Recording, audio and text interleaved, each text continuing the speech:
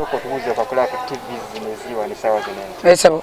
Soko tubulize ko zena. Okay, abantu ba TV mbabuzako mwe bali kwagala Uganda na kwagala nsi yaffe mwenna n'okubanga mwekumidde ku mikutu z'empuliziganya za TV za gwanga Uganda.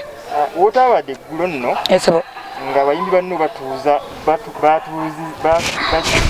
ku byawuma yadde emeesingamu abantu. Esabo. White Benda nalayira kuba president. Sendi naddira White Benda mu bigere ya vice president. Biya inasigera ku kyokubanga ya treasurer. Songa yojogera ko kijene. Kyanna kwera kyenyamiza nti abantu abali mu entertainment abatufu sibebo kuba bo sibayimbi. Awo just bagambola. Babega. Bani babega. Babega babayimbi. Banga bongama nti wabaddeyo abayimbi nga tewabaddeyo Chameleone. Twabaddeyo Shiba. Twabaddeyo Bobby Wine. Twabaddeyo Bebe Cool. Twabaddeyo Fulfigure. Twabaddeyo Eddie Kenzo. Ata bayimbi. Abo bakaliyo kigalo zani kaliyo ki boys. Wangi. Yes. Ani abalonze fena tetwabaddeyo. Kati manjogera ku bayimbi mu gwanga notayogera ku Kenzo, notayogera ku Chameleone, notayogera ku Bebe Cool, notayogera ku Fulfigure General, notayogera ku Bobby Wine. Obo ngamba bayimbi kinaawe. Totale mu mwaka teba feria ne beeronda ne basalawo ne beteekaawo. Mbo White Benda vice president nani amulonze. Yali ya scientific election. Bye bitya era babiteekawa. Kyana kuchenyamiza anyway njaga otegeza abantu ababeeronze n'okutegeza abayimbi bonna mu gwanga Uganda nti okuyimba si business. Please abayimbi okuyimba si business. That's why chovoda akati bagenda kufiira mayumba. Bali ku president Museveni bamuvuma. Njagala nkubuza ekibuzo kimu. Ndagaayo omuyimbi omwe yavaayo n'akwata sente. Museveni ayita mu gwanga abantu abamuyambako okugulira abantu emmere na biki na biki. Muyimbi kye yavaayo n'akwata sente n'aziwaayo nti milioni 10 oba 2 zino zivudde mu bayimbi. Bawangayo mmere bwabwe ntate ne bakoba order. Bawayo mmere yabwe yakabampane. Ilipazi yawayo kilo 8. Andi lindako. Bawayo mmere yabwe yakabampane n'okwerabisa tinze mmere yange giwe badije gundi. Emmere yange giwe DJ gundi. Emmere yange yaba DJ mbawadde sente kubanga babegulako kuba ennyimba zaabwe. Kyovula abe battane industry basudde industry. Abo si bayimbi, you know. So, tosobola kungamba abayimbi babaddeyo nga teffe twabaddeyo. Ekyokubina bategeza ne mbagamba teri muntu asobola kuli abayimbi kwa teri muyimbi alina wano milioni 10 ku account. Banaku okuyimba si business. Abayimbi balina kuli abantu nga Jeff Chiwa nga KT Promotion nga Mama Fina. Abantu abasobola okuli abantu mukuba abayimbi balwadde ba bwongo. Esawa zino babanja mu 7 sente mbuli abayimbi kye bali bagasize gwanga. Esawa zino notunuya musajja muumba tufunga White Benda agamba mbu Museveni ate ebivulu abawagizi kye bagendo yingira ebivulu nga tokimanyi tuli mu lockdown oyagala bate bala nga tetukomesa wasatu okutambula obwongo obulamu bugattako waya namu oba wetaga genda mu mochalo babutabika woki bayimbe emisana oyimbe emisana oyimbirani omuntu yeninyi gwagenda okuyimba omuntu ali akole emitala 3 akole 15 z'abaana kulya kitega tagenda funa sente zingira kivulu yo genda bayingizo ta mu kivulu oganti bagula mabala bagenda kunyoma nga masikizi bali kumimwa bajagoya directives omukulembeze zitya mbata muntu agenda kuzina walala beyo mutamiva atagwa ddalu bagubanya ne beyamba ne bakwati matandika n'okupamira awo abantu n'okufuwafuwa teri mutamiva atayambula mu bbala atagenda kuzina ekyokubiri teri muntu agenda kunyoma ngenda mu masiki tebana kutaka kanisa za Katonda na kereziyo yogera amabala gagasizza kyeggwanga abayimbi bagasa kyeggwanga ngasira banga bara avayo ne gandi mpade milioni 10 ziyambe bana Uganda sala wayo muyimbi avayo na gandi mpade milioni 10 ziyambe gwanga zigule mmere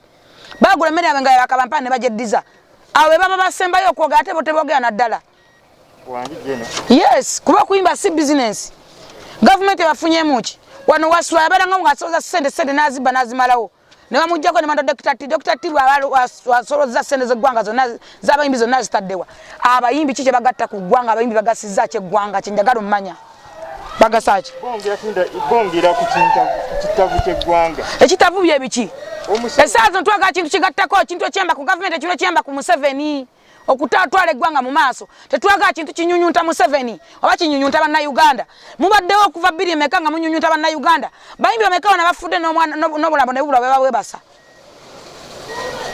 bayimbi bameka na bayimbi abamanyi nnyo be mulowoozako nti bamanyi abana bakafe na kati bachete baba basudde na kati bachete manemi site girabika tebana dejika bede misayo nyimizo kuyimba oyagala kunga wali omuntu agenda kuyimba asinge Golden Boy of Africa kafero wali omuntu agenda kuyimba asinge simbe basudde so bwemba mpulira nonsense simba sagala kumanya nonsense that is nonsense abo sina bayimbi abajja kusaba upale bu balance ne babusibya wansi bambala bu G-string ne bambala upale bwa bakazi nga banoonya bebetwalira okuyimba si business praise okuyimba business babuwe okuyimba ba business kiche bagase gwanga njagondagayo muyimbe mwa license nga jina mundage ate nyimba zaabwe zibayimba bye bichi bigasizani waliwo omwana abana bazikozesa bigasani okuzina kalyoki bigasaba zinimba kalyoki basasula sente twagala abantu ebintu bigase gwanga sazo mbe twogerako ebintu bigatta ku gwanga mwala abasumba bano bava ne bawayo millions ne bawayo emmere milioni 10 milioni tebanagula makanisa ga Katonda gotagayira wonye covid gwagagule bara gwagule bidongo omutogo mulamu kati jeno kyetwagala otubulire kana akatiko kawe kana akola kebalonze nga kakola wa konna kabafereka ababbi Katonda tasobola kuwa muntu mukisa mumubbi mukisa kana tasobola kuwa abantu bali munzikiza mukisa bo benyini betya batana okwogera bate okuvaayo emwamba gisigali pustiki bambala bu G-string kana tasobola tobawo mukisa bakolimire baba agala ebintu bere mbwerufu balonda abayimbi abali suppose okubeera abayimbi tosobola konda kachiko nga tekuli kamiliyoni tosobola konda kachiko nga tekuli ko Kenzo tosobola konda kachiko kutali Bebe Cool tosobola konda kaliko Bobby Wine abe bayimbi abaso okukwata bendera y'eggwanga Uganda oba bano abasajja ba Eagles ne bayongeddemu omuyimbi omukulu Sindi mukulu oyo Kimansulo Galo akuze bye biki kikyakode industry mbuli abana basatu Sindi be yayambye mu industry obanga abawa luyimbo bayambako oyogera biki naawe fine ayimba bulungi kubanga Amansula bulungi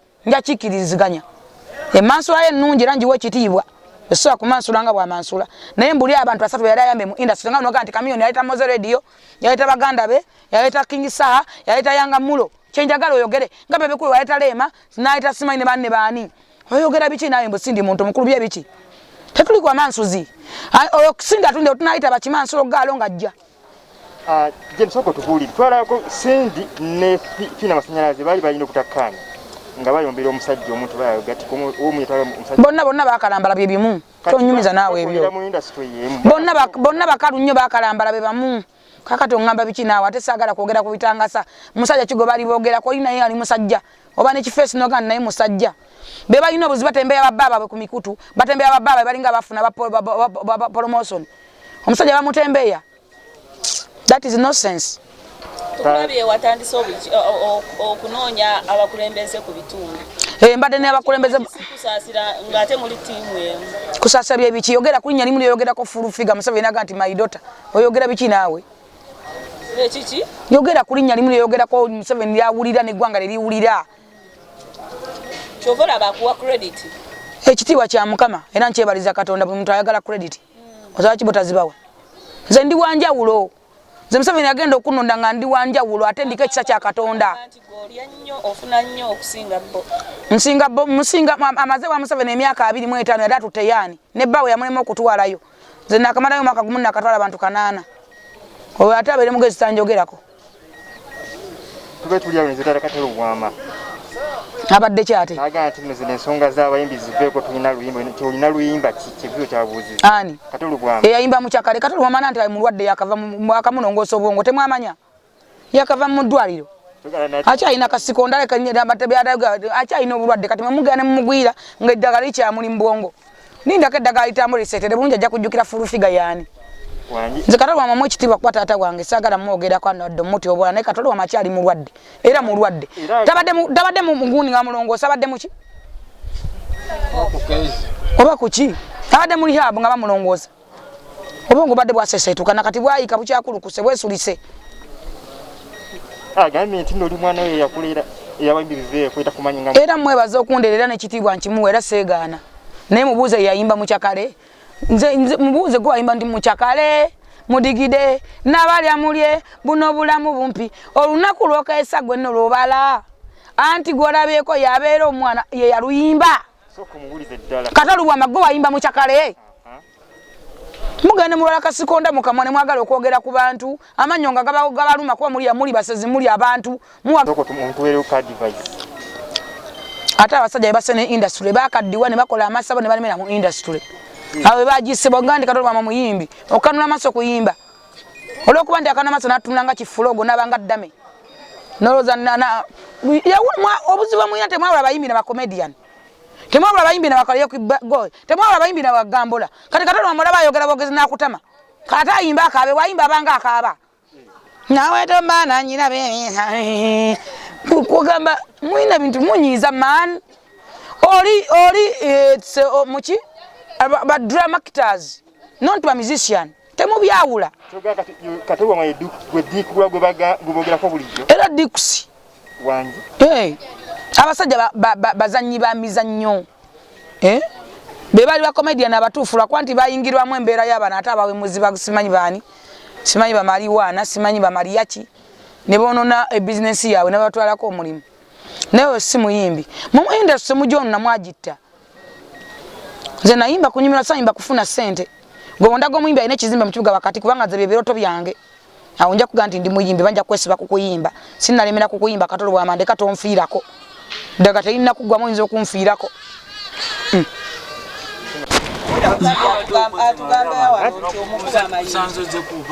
anti kati